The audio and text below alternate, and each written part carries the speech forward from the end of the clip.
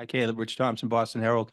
You put Ismail in at the 46th minute and he comes up and produces that play for you. Just comment on that. Yeah, Carlos had to come out at halftime. We don't think it's anything serious, but his Achilles was tight, probably because of the cold and just maybe adjusting to the turf, new surface. So we thought we needed to be careful with it. And we knew we had, the kid Esmir to put in. So, I think everybody sees, his talent. He's a special player and very dynamic. So case in point was, kind of that goal he created when he first came on. He's just dynamic. He can run behind the line and individually very gifted and huge potential. Caleb, could you talk about Giacomo Brione's performance? Yeah, I was told it was his first 90 that he's played. So I think as a starting point, that's excellent for him to be able to manage a 90, and he worked really hard. And he should have got 3. He got a double assist on one, the assist on the last one, and should have got the assist for the 4th goal that we scored with Ema. So really pleased with that. And I thought in the breakaway that he went in on, my opinion, it's a penalty. I don't know how they think it's simulation, to be honest with you, and they give him a yellow, but we're going to try to see if we can appeal it. I don't know if we can or not, but that would mean that he's out, for the next game. So that's 2 yellows. Hi, Coach. Congratulations on the win. Midweek, you talked about you're looking for partners for Matt Polster. What did you think of Ian Hark's performance tonight? Yeah, good. We knew it'd be a game where we had a lot of the ball. And Ian's a technical player. He's a smart player positionally. And I thought he gave us what we needed in this game, to get control in the match. I thought it was our best game in terms of controlling a game and carrying a game, this idea of, really dominating the game with the ball. And I thought we did that today. There were moments where we didn't go forward quick enough. But I told the guys after the game, the moments where we did, it was excellent, like the first goal. That was an unbelievable team goal, very good passage of play, and the type of buildup that, that we want to see in the football that we play. It was, it was on the ground and the tempo was good, but it progressed to goal, and it wasn't going backwards or around sideways 10 times. It was a couple switches and then accelerate, break a line and, go to goal. So I really liked that goal a lot. I like that we got 3 goals. I like that we got a clean sheet. I don't know that they had a shot in the game. Partly that was because we controlled the game with the ball.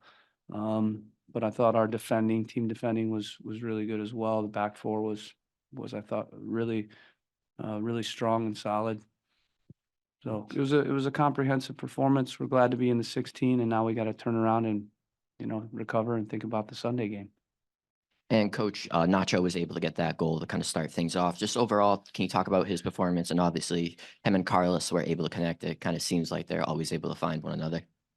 Yeah, I think it's important to have competition in your squad, and ultimately, you want guys that when they get the chance, that they keep competing, and saying, I don't want to be out. I want to be in, and we obviously have a nice competition brewing with Nacho and Esmir, and that's great. That's what I want. I want tough decisions in every position, and I think you saw Farrell at right back. That's another one. He was very solid there. I thought he was solid at center back as well. So now that Kessler's starting to come back, we're going to have competition, at the center back and the right back, and with Harks doing well at the holding mid, because Noel and Kay also are capable. Kay comes in and scores a goal. So this is exactly what you want.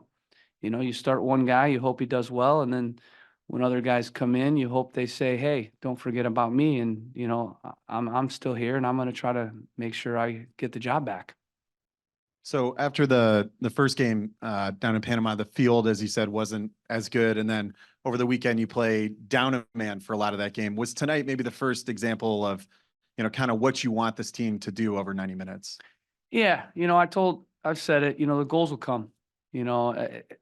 I've kind of built up this game model a lot of years, and it always starts a little bit with the way it started, where, we don't score quite as many goals, and sometimes they keep the ball but go nowhere, and sometimes they try to keep the ball and lose it, and it's just a part of the process. It really is. And it was great today to get 4 goals.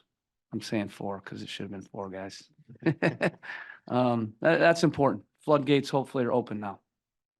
Henry Kessler got his first minutes for you tonight. Could you talk about his performance and what the sub at halftime planned because of his, lack of minutes so far this season? Yeah, we had a program sub for him at 45. It looked like he probably could go more, but we've just got to be careful as we build him back in, and we don't want any re-injuries. Our medical staff's done a great job with all of our players, and the little injuries they've had, we haven't had any problems in terms of the return to play and the re-injuries, which last year there were quite a few problems where guys were out and then they're back and then they're injured again. So medical staff is doing a great job.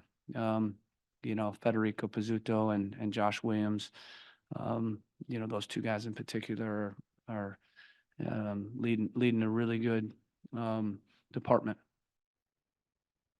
Now we're going to open the floor for the media from Digital Way. We have Samuel McCollin. Leo Hello. Sandy. Yes. Hello, coach. This is Leo Sandia. I'm from Teletica Radio from Costa Rica. Congratulations for the qualification for the next step. Now you're going to face Alajuelense, Liga Deportiva Alajuelense from Costa Rica. The first game is going to be in the Gillette Stadium. Then you have to move to Costa Rica. What do you know about this team of Alajuelense? Do you have any data of them? Do you realize that maybe it's going to be a tough game for the next Wednesday? Thank you. Yeah, we know the team. We've watched them. We'll get a better read, obviously, over the next, several days. Haven't focused on them too much, but I've been watching the other games, and I know their quality. I know that it's going to be a tougher opponent, even than we just faced. I do want to say that Kai, they gave all they had, and I felt for the players a little bit. It's probably the coldest game they've ever played in their lives, but I thought the players should keep their heads high, and they gave us a really good test, obviously in Panama. And then I thought, they kept it tight. It was 0-0, and we obviously, or 1-0, and we broke it open obviously in the second half. But I want to commend Kai for their work and their performance and their professionalism. Really good group and good coaching staff. We'll focus on the Costa Rican team, Alajuela. That's how you pronounce it, Alajuela? Yeah, I got it right. All right. It's funny, actually, when I was coaching the U23 national team, we went to Costa Rica and played a friendly against Alajuela at their stadium. So I know the club well.